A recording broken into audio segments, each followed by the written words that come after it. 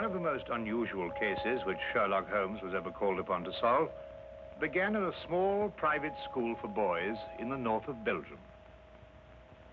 The boys' dormitory at 4 in the morning, lighted by a full moon, looked quiet and peaceful.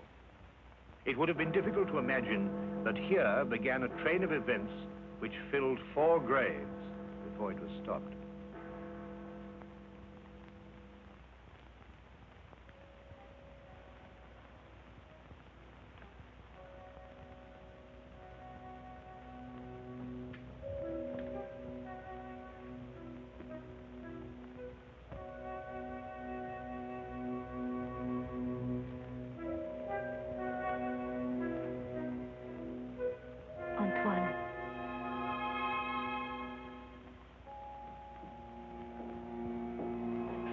Antoine.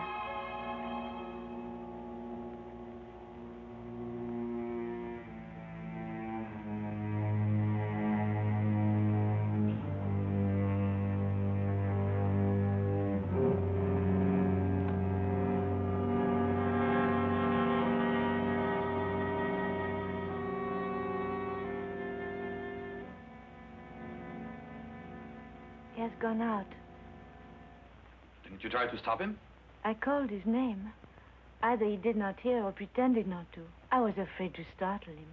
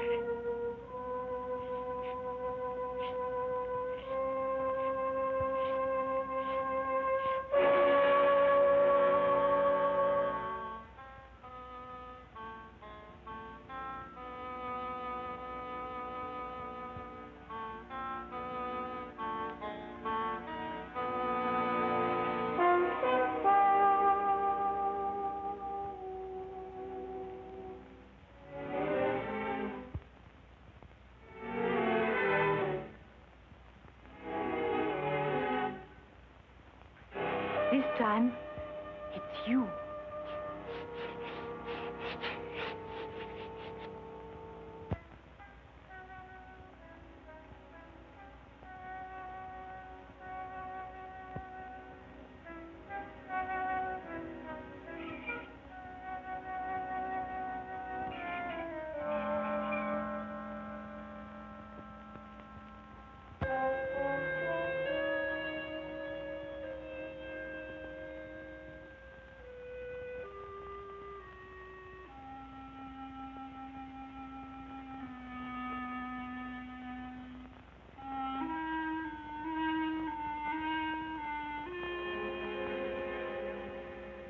Caroline, is there nothing wrong?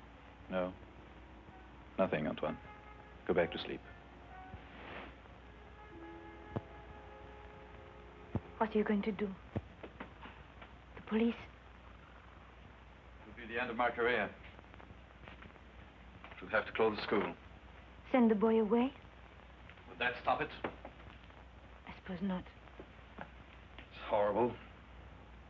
3 deaths in 3 months. Each one foretold by the writing on the church steps. I still think the police... No. But your own life. I've never felt in better health. And if I'm careful to keep out of drafts and avoid falling downstairs. How can you joke at a time like this? There's a man in London. He's solved cases even more hopeless than this. Sherlock Holmes? You thought of him? Let me write to him. And ask him to do what? To come here, investigate. Find out who is responsible for those deaths and how a schoolboy can tell in advance who is next to die. And have the school invaded? Our teachers questioned? Our boys terrorized? I'll do my own investigating, Mademoiselle Grande. In my own way.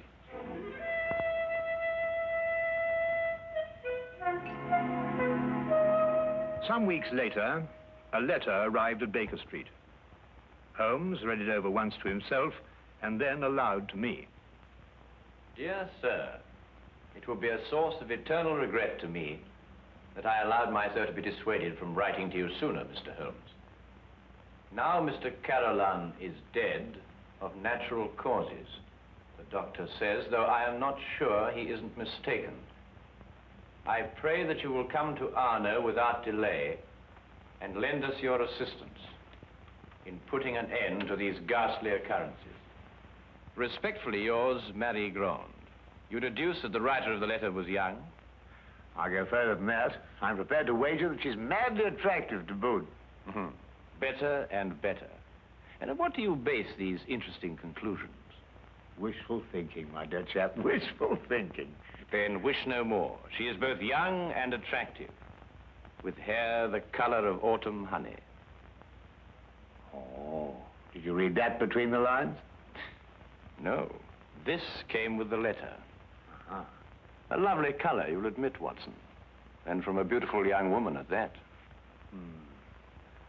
Now, come, Holmes. That's neither logical nor factual, and you know it. You aren't the only one privileged to think wishfully, my dear Watson. Bravo. So you're going to take the case? Yes, and if you pack for us both, I'll arrange for tickets. The boat train took us to Dover. By mid-morning the following day, Holmes and I were sitting in the headmaster's study at the Arno School in the presence of Mademoiselle Marion-Crawford, who was indeed extremely attractive, with hair the exact shade of autumn honey. Then you're quite sure you've told me everything, Mademoiselle Crawford? That is only the matter of the old woman, but I don't think it's important. Well, let me be the judge of that, mademoiselle. Her name is Madame Soulet. She's a harmless, feeble-minded woman who sells charms and love philters for the ignorant. Some have called her a witch. I see. And what is her part in this affair? She admits she went to see those whose names were written on the church steps and offered to sell them some charms against the evil omen. That's most interesting. Did any of the other victims purchase these charms? I can only speak for Monsieur Carolan. He did not. And what about the others? Were they persons of wealth? No. 2 were quite poor. The third one moderately well off. We have no really wealthy people here in Arno, Mr. Holmes. Except, of course, the Count de Passevant. You know the Count?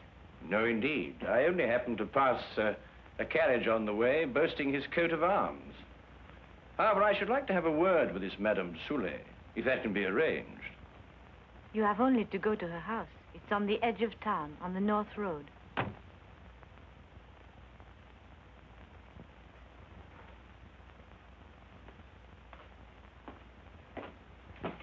Monsieur Manelli, this is Monsieur Holmes and his friend Dr. Watson. Monsieur Manelli, our new headmaster. How do you do? How do you do? Now that you're here, Mr. Holmes, we have hopes at last of getting to the bottom of this terrible affair. Thank you, sir. I can only hope to do my best. Mademoiselle Grande has given you all the facts? All the facts at her command. Perhaps you can supply some additional ones. I am sorry, no. Mademoiselle Grande was the favorite member of the faculty here. She had Monsieur Carolan's confidence, not I. I see. And now that I've had the honor of meeting you gentlemen, I hope you will forgive me if I go to meet my class. But certainly. By the way, mademoiselle, Dr. Dimanche is waiting in the vestibule. Did you send for him? Yes, I did. I'll go and fetch him. I'll be back directly.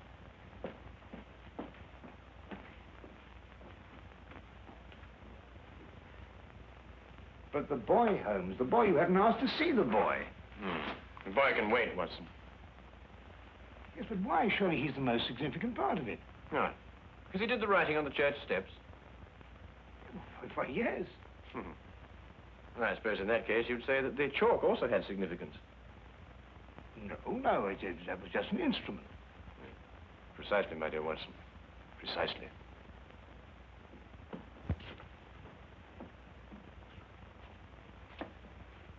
Mr. Holmes, this is Dr. Dimanche. Mr. Holmes and Dr. Watson. Delighted. How do you do, Doctor? Always happy to meet a colleague. Thank you, so am I. I hope I haven't kept you waiting. I came as soon as I got Mademoiselle's message. Won't you sit down? Thank you. Mademoiselle Grant tells me that you're the physician who attended Monsieur Carolan shortly before he died. Yes. My last examination of him gave me no hint of what was coming. I see. And yet you're positive he died of natural causes. There's no doubt about it. I believe 3 other persons died recently in Arno, shortly after their names appeared on the church steps. Did you attend them also? Arno is a small town. I'm fortunate or unfortunate enough to be the only doctor here. Previous to your present fortune, or misfortune, you practiced in Paris, I understand. I see Mademoiselle Grant has briefed you well. I told nothing of your past, Doctor. Then how do you know? Well, you dress with the flair of a Parisian. And if you've been living here any length of time, I should imagine you would have acquired a more homespun costume. I might have ordered these from Paris. On the income of a country physician. What do you think, Dr. Watson? Hardly likely, Holmes. Capital, Mr. Holmes. Your powers of deduction have not been overrated. But you didn't ask me here to discuss my clothes or my income. How can I help you? Dr. Dimanche, of what exactly did Monsieur Carolan die? Heart failure. Were you carried out a post-mortem? There's no need. The signs were obvious. I see. And you saw nothing suspicious, either in the case of Monsieur Carolan or of the other victims? Not one thing, Mr. Holmes. That's interesting. Perhaps you'd care to put forward a theory of your own as to the connection between the prophecies and the deaths. I have no theory. The explanation lies either in the most extraordinary combination of coincidences or in some sort of prevision on the part of the boy, Antoine. Do you believe in prevision or telepathy? Years ago, my professor at Salpêtrière did suggest there might be something in it. For myself, I don't know. I neither affirm nor deny. Then I believe you can tell me nothing more for the present, Dr. Dimanche. Don't hesitate to call on me again. No, I must go back to my surgery. I may have a patient waiting. You never can tell. I'll be here early tomorrow afternoon for the monthly examination, mademoiselle.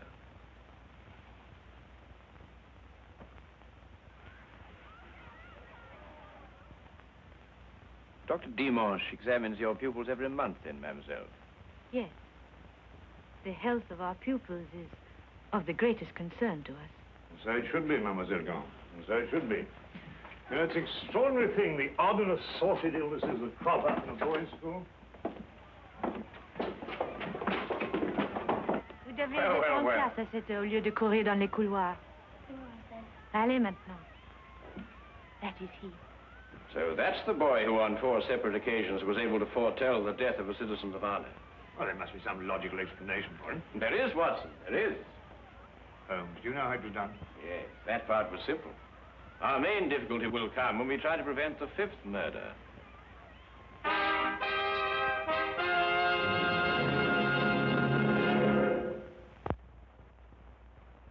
Turn to the case of the deadly prophecy. The church on whose steps the deadly prophecies were written stood less than 100 yards from the school. I had supposed that Holmes, with his usual attention to detail, would want to examine it thoroughly, but once again he surprised me. He did not stop. And I had a fair guess that perhaps he wanted to have a little talk with a certain Madame Soulet. Come in. Madame Soulet? Come in, come in. I was expecting you. I thought you would be. Sit down. Thank you. Do you know why I've come to see you? For help, naturally. Score one to her, Holmes. Let's call it information. Trifling bits of information such as how came the boy by his deadly prophecies? Whose hand was it made them come true? Suppose we start with a bit even more trifling. You offered charms to the victims. But how did you know who they were before they were struck down? There were no announcements made. If the Englishman will cross my palm with English gold, You'll tell me?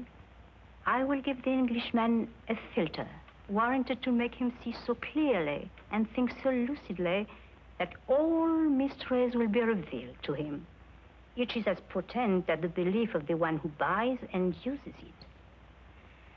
If those four had bought instead of turning me away, who knows?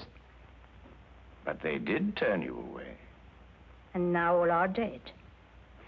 May I sell you a filter, sir? It will guard you against harm. Come, Watson.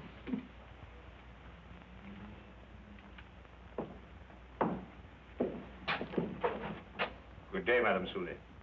You are a wise man. You say little and listen well. Good day to you, sir.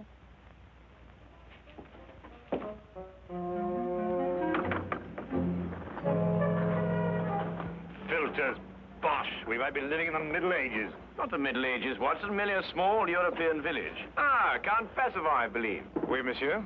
How do you know? I saw you in your carriage, sir. Ah, are you enjoying your stay in our village, Mr. Holmes? Do you know me, Count? I saw you from my carriage.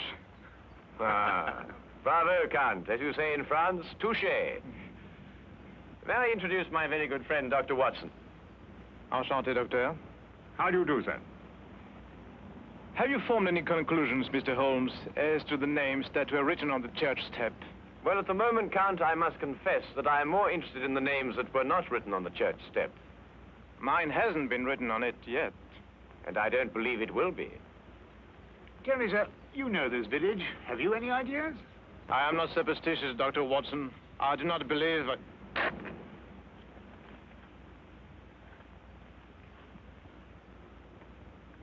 You're not superstitious, Count?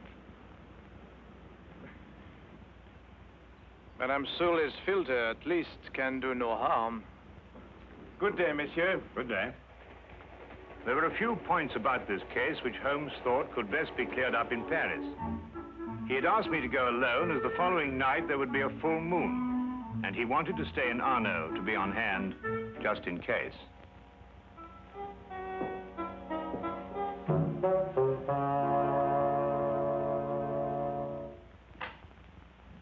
What is it? What's happened? Nothing at all, Antoine. You were walking in your sleep. Now, be a good boy and get back to bed. I can't. There's something I must do. Not tonight. Not tonight, Antoine. Yes, sir.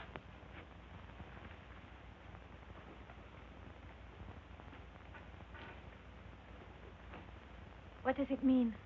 It means that nothing further will happen tonight. Sleep well, Mademoiselle Grand.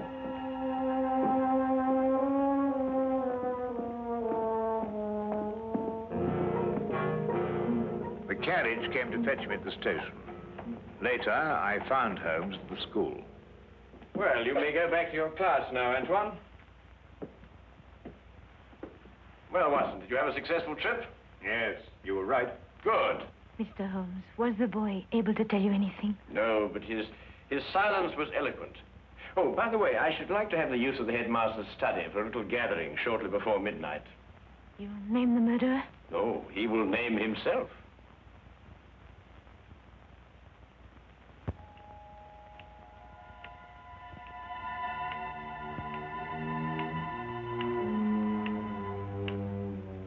It's almost midnight, Mr. Holmes.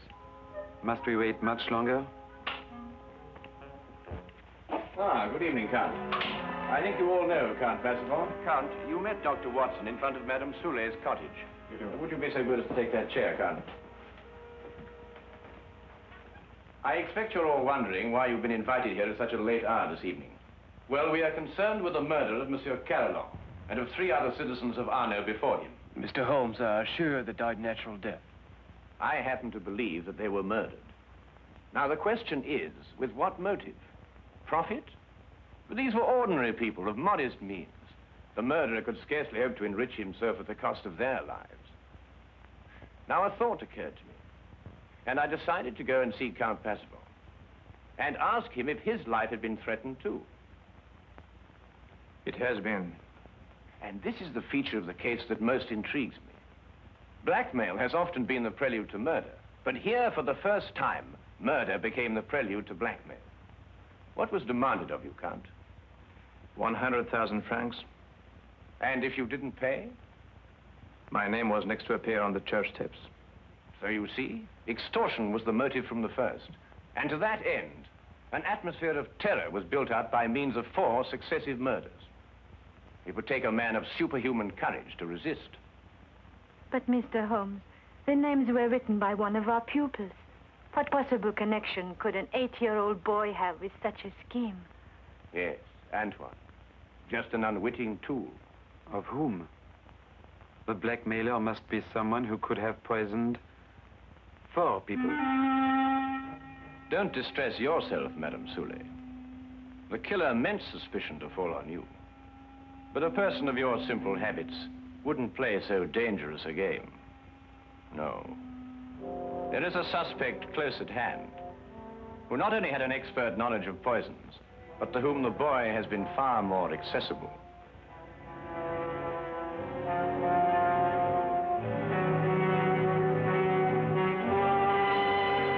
Accessible regularly once a month. This suspect was once a pupil of Dr. Charcot, who lectured on hypnotism at Salpêtrière Hospital in Paris. It would have been as easy for him to send Antoine on his monthly errands as to wind up a mechanical toy. Dr. Watson. Yes? Yesterday in Paris, you made certain inquiries into the character and education of this suspect. What did you discover? I discovered that he was a spendthrift and a wastrel who had quit Paris in order to escape his creditors. It's a lie. Calm yourself, Dr. Dimanche. I, too, have dabbled in hypnotism. This morning, Antoine and I had a little talk. I suggested that he come down here at midnight and point out the person who instructed him to write on the church steps. The person he was instructed not to remember when out of the hypnotic trance.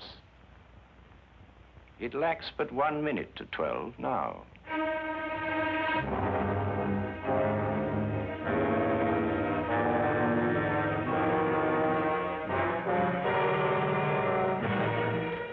Stay where you are, all of you. Don't be a fool, Doctor. When I visited your office this afternoon to look over your stock of drugs, I took the very ordinary precaution of emptying the cartridges from your gun.